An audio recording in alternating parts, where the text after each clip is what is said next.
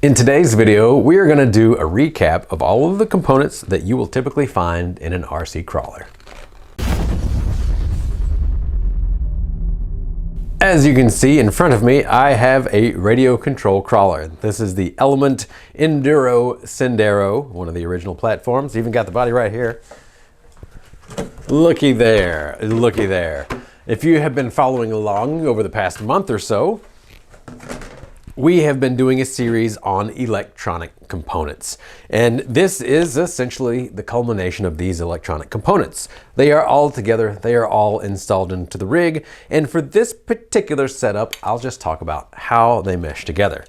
So, this purple object right here is the Crawlmaster motor. It is a Crawlmaster 540 stubby in a 2700 kV. It is a 10-pole sensorless end runner.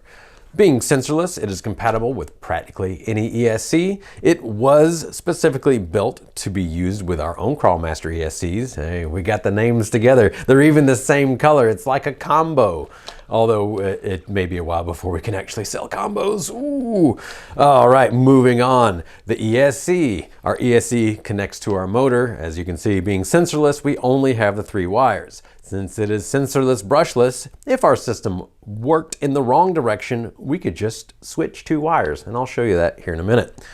This particular ESC has a small internal BEC that is built in that is good for 2 amps and 5 volts. It is mostly made to just power your radio up because our servos don't need BEC power. They're direct power servos, and we also talked about that in the videos. If you have more in-depth questions about these, you can actually look back on our videos, and hopefully that'll answer them for you. But if you do have questions, leave them down below. I'll do my best to get to them here as well. So our ESC with internal BEC built in powers our radio. You can see right there, there is our receiver unit. The receiver unit has our ESC plugged into channel 2, and in channel 1 we have our servo plugged in. This particular servo, being a direct power servo, also has our little harness which plugs into the JST tap that is included on this particular ESC. And otherwise, any old ESC, you can install your own JST tap so that you can power a direct power servo.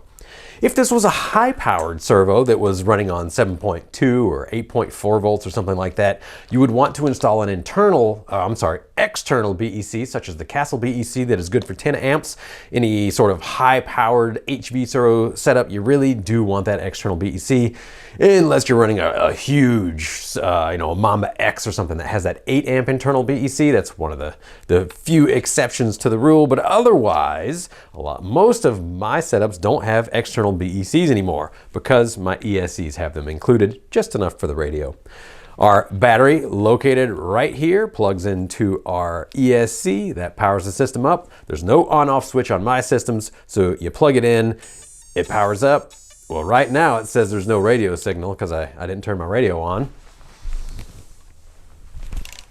And this is pretty much the same for any system. If it doesn't see a radio signal, it shouldn't arm, unless you have a fail-safe that is set for neutral.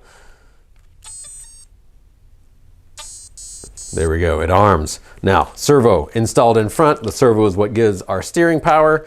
Once again, direct power, so we didn't need an external BEC for this. And look at there. It steers. And does it go? It goes. We have a complete system. It is a success. Now, with a sensorless like this, if you pull your forward throttle and the rig is going backwards, you just switch 2 wires. So let's do that real quick. Just to show you, I am switching the black and the white. Oh, these plugs are tight. There we go. Switching them. So really, whenever you plug in a sensorless system, unless you've used it before and know which combinations need to be what, you have a 50-50 chance of getting it right. There we go. Now I'm pulling trigger for forward locomotion and it is going backwards. Now, you could actually change this in radio, reverse your radio channel, but yeah, if you have a whole lot of different rigs programmed into your radio, then it can be a mess. So I recommend you just swap the two wires if it's sensorless. Now, if it is a sensored motor, you will have to go into programming to reverse the direction, unless you are good enough to rewire the actual sensor plug itself. And I really shouldn't even tell you that that is a possible thing to do, because then you will have a setup that has a non-standard sensor wire. You would essentially have to change 2 of the phase and then also 2 of the sensor wire pins. And it's going to take you minimum of 6 tries to figure out which way that is, because there's really only going to be 2 combinations that it works out of the 36 total. 1 will be proper for forwards, 1 will be proper for reverse. Now, again, we're talking about a Hall sensor system where you're trying to rewire it to go in reverse instead of going into software. Not impossible. Honestly, just watch some of my e-bike videos if you want to see the process of trying to figure out, what is the magical combination. There are 36 possible combinations, and again, only 2 of them are right. 1 for forwards and 1 for reverse. There we go. It's working. Success. This particular combo, under no load, you can hear at very low RPMs. There's a little bit of pinion chatter, but otherwise this is a silent combo. You can't hear the wee of the ESC. Oh yeah, and lots of wheel speed. This is 2700 kV running on 3S. Lots of wheel speed. Stock gearing, I think. Yeah, we won't worry about that. That's a video for another day. Now, really quick, I am going to put on this Mamba X, just so that you can see that there are differences with different ESCs. So all I do is unplug everything from the ESC, and I'll swap this on just to showcase. Let's just showcase. There we go. We plug that in there. We've got our JST power tap that plugs into the servo.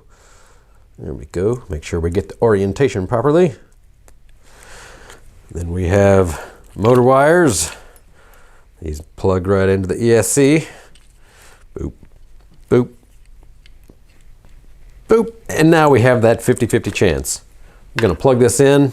I did hardwire this ESC on. I removed the on-off switch. The on-off switch is now gone.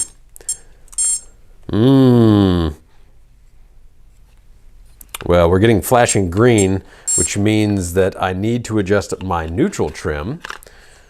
As you can see, there you go. You can see flashing green on there. So I would probably need to do one of these numbers. Oh, what? Oh, yep, there we go. For it to arm. And now it's going to see a little bit of signal because I'm not adjusting my throttle trim.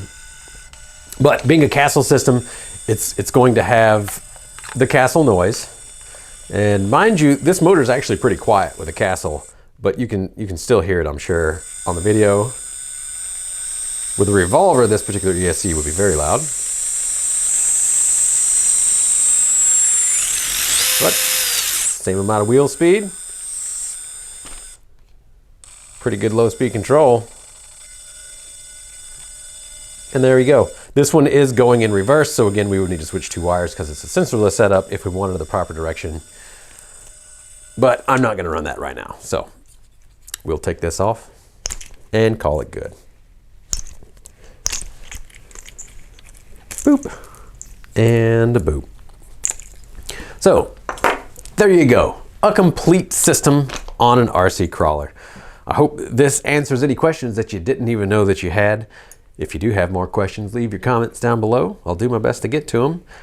Thanks for tuning in today, and as always, have a great day.